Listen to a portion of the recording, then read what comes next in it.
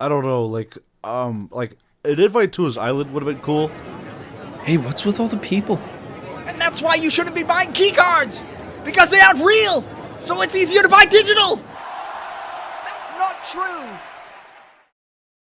Help! Help! That rotten pink man is trying to bully a mentally ill man like myself! Guards! Seize them! Alan? Gleb? They gave us free SD cards. Sorry. I just have to note that it was only Pim who yelled something. I didn't say anything. The Switch 2's had a couple bumps in the road over the past few months.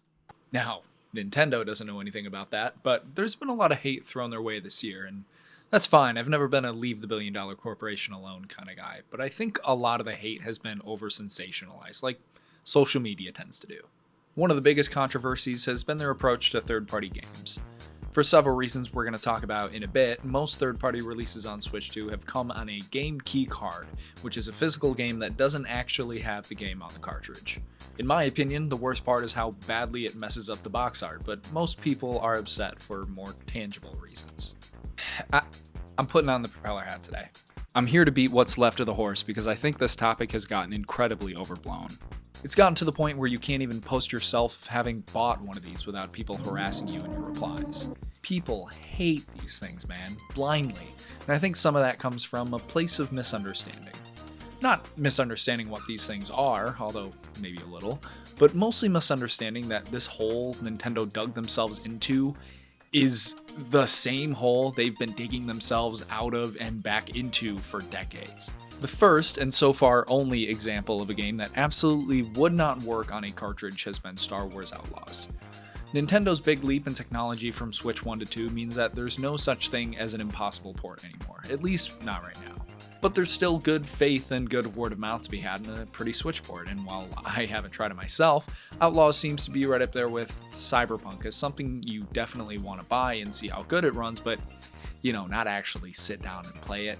Outlaws on Switch 2 is about on par with Xbox Series S, but since it came on a keycard and also probably isn't good, not a ton of people on my side of the internet care that much. What was interesting about the release, specifically the physical one, was Ubisoft's justification for putting the game on a keycard.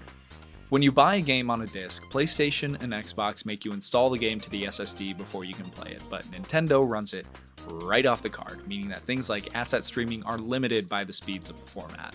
Ubisoft explained that making Outlaws work on Switch meant going in under the hood and designing it to work on storage that's different from an SSD, but close enough to work in a similar way. Switch 2 cards, however, are simply not as fast as its internal storage, so the team porting the game didn't have the read or write speed to make it work right off the cartridge. So, Game Keycard was the next best thing. If this example isn't a lie, and there's not much reason to believe that it is, then I think it's a completely fair justification for using a keycard. The next few reasons have worse justifications, but this is my YouTube video, so you're just gonna have to deal with it. I really don't have a problem with these existing. Functionally, they serve the same purpose as every other physical game I own, which is 1, having to put the game into my system in order to play it, and 2, just to have something to look at and have my brain conjure up memories of the experience. Whether it's how much I liked it, hated it, or how much money I spent to convince myself that my penis is bigger than yours, I just like having something in my immediate physical space that I can look at and enjoy. The next reason is that game keycards have existed for a lot longer than this. They just weren't called that. I actually happen to own a couple. Tony Hawk, game keycard. BioShock collection. Yup.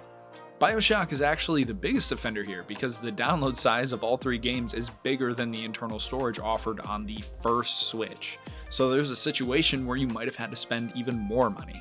Keycards aren't even a Nintendo-only issue, by the way, considering that Star Wars Outlaws is also an empty disc on PlayStation and Xbox. And that kind of leads me into the topic of preservation when it comes to keycards because that seems like the biggest point of contention.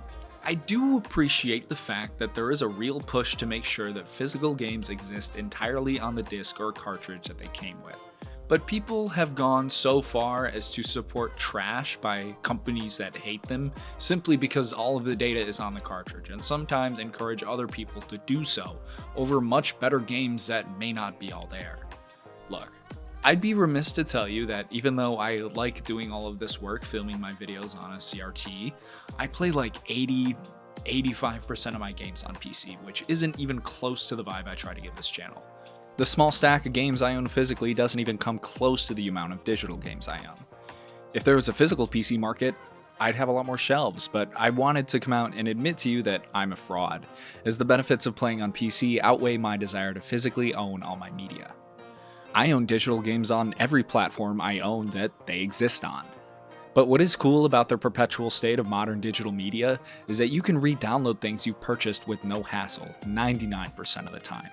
You can even re-download Wii games you've purchased if you still own the console. Nintendo explicitly says that re-downloads on Wii will eventually shut off, but there are people out there making sure that there are ways to access those games when that happens.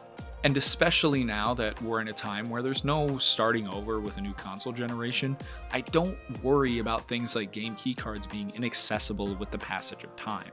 And if there ever is a time in the far-flung future where the Switch servers get shut down, which I don't think will ever happen, these game keycards will most likely still let you download the game. However, I think first-party Nintendo games sit on a different side of the fractal-shaped bench that is game preservation discourse.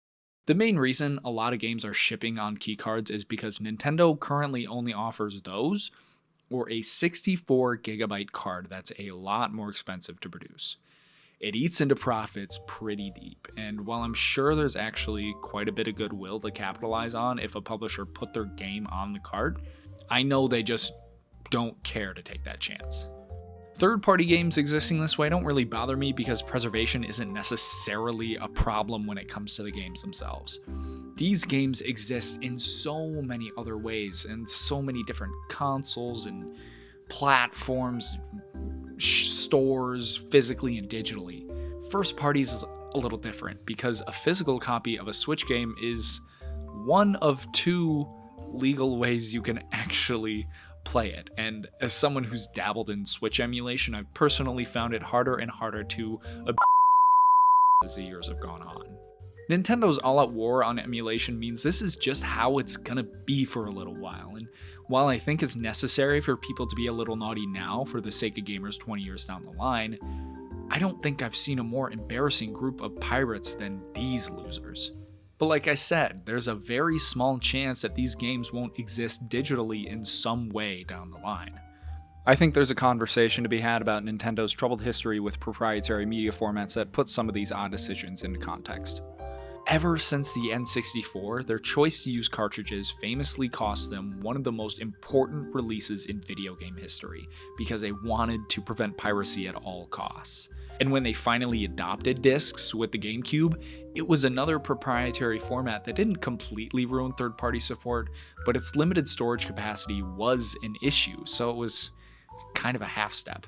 The Switch marked a return to proprietary cartridges, which seemingly wasn't an issue for third parties at the time, but game keycards definitely existed in some form, which was obviously more of a cost-saving measure for publishers than a technological block.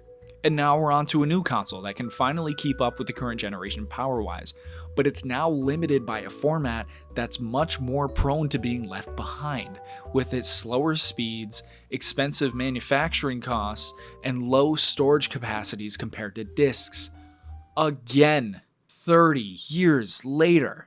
And the worst part is, I don't know if this is a hole that Nintendo digs themselves out of anytime soon.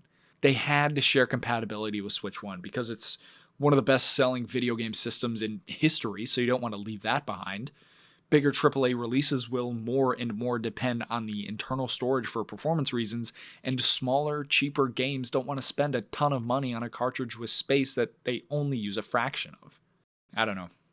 This has become less of a defense of keycards and more of an explanation of why we're stuck, as someone who likes physical games too. Companies like Capcom are counting keycards as digital products in their sales numbers. So, I don't know, man. Do what you want, but I'm going to keep putting these on my shelf.